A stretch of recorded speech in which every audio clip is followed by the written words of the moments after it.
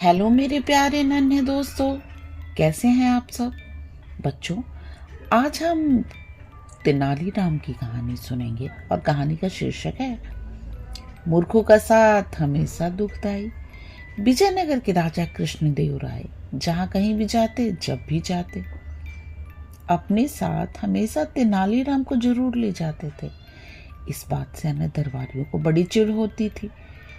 एक दिन 3-4 दरबारियों ने मिलकर एकांत में महाराज से प्रार्थना की, महाराज कभी अपने साथ किसी अन्य व्यक्ति को भी बाहर चलने का अवसर दें। राजा को यह बात उचित लगी। उन्होंने उन दरबारियों को विश्वास दिलाया कि वे भविष्य में अन्य दरबारियों को भी अपने साथ घूमने फिरने का अवसर अवश्य देंगे।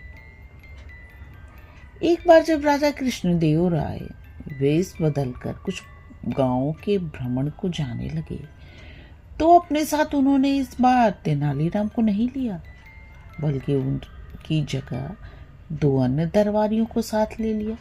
घूमते घूमते वे एक गांव के खेतों में पहुंच गए। खेतों से हटकर एक झोपड़ी थी जहां कुछ किसान बैठे गपशप कर रहे थे। राजा और अन्य लोग उन किसानों के पास पहुंचे और उनसे पानी मांगकर पिया। फिर राजा ने किसानों से पूछा, कहो भाई, तुम्हारे गांव में कोई व्यक्ति कष्ट में तो नहीं है? अपने राजा से कोई असंतुष्ट है तो बताओ। इन प्रश्नों को सुनकर गांव वालों को लगा कि वे लोग अवश्य ही राज्य के कोई अधिकारीगण हैं। वे बोले, महाशय, हमारे गांव में खूब शांति है, चैन है, सब लोग सुखी हैं। दिन भर कड़ी मेहनत करके अपना कामकाज करते हैं और रात को सुख की नींद सोते हैं। किसी को कोई दुख नहीं है। राजा कृष्णदेव राय अपनी प्रजा को अपनी संतान की तरह प्यार करते हैं, इसलिए राजा से असंतुष्ट होने का सवाल ही नहीं पैदा होता। इस गांव के लोग राजा को कैसा समझते हैं? ने एक और प्रश्न किया। राजा के इस सवाल पर एक बूढ़ा किसान उठा और ईख के खेत में से एक मोटा सा गन्ना तोड़ लाया। उस गन्ने को राजा को दिखाते हुए वो किसान बोला, श्रीमान जी, हमारे राजा कृष्णदेव राय बिल्कुल इस गन्ने जैसे हैं। अपनी तुलना एक गन्ने से होती देख राजा कृष्णदेव राय सकपका गए। उनकी समझ में यह बात बिल्कुल नहीं आई कि इस बूढ़े किसान की बात का अर्थ क्या है। उनकी यह भी समझ में ना आया कि इस गांव के रहने वाले अपने राजा के प्रति क्या विचार रखते हैं। राजा कृष्णदेव राय के साथ जो अन्य व्यक्ति थे, राजा के उन साथियों से उन्होंने पूछा, इस बूढ़े किसान के कहने का क्या अर्थ है? साथी राजा का यह सवाल सुनकर एक दूसरे का मुंह देखने लगे। फिर एक साथी ने हिम्मत की और बोला, महाराज, इस बूढ़े किसान के कहने का मतलब साफ यही है कि हमारे राजा इस मोटे गन्ने की तरह कमजोर हैं। उसे जब भी कोई चाहे एक झटके से उखाड़ सकता है, जैसे कि मैंने यह गन्ना उखाड़ लिया है। राजा ने अपने साथी की इस बात पर विचार किया तो राजा को यह बात सही मालूम हुई।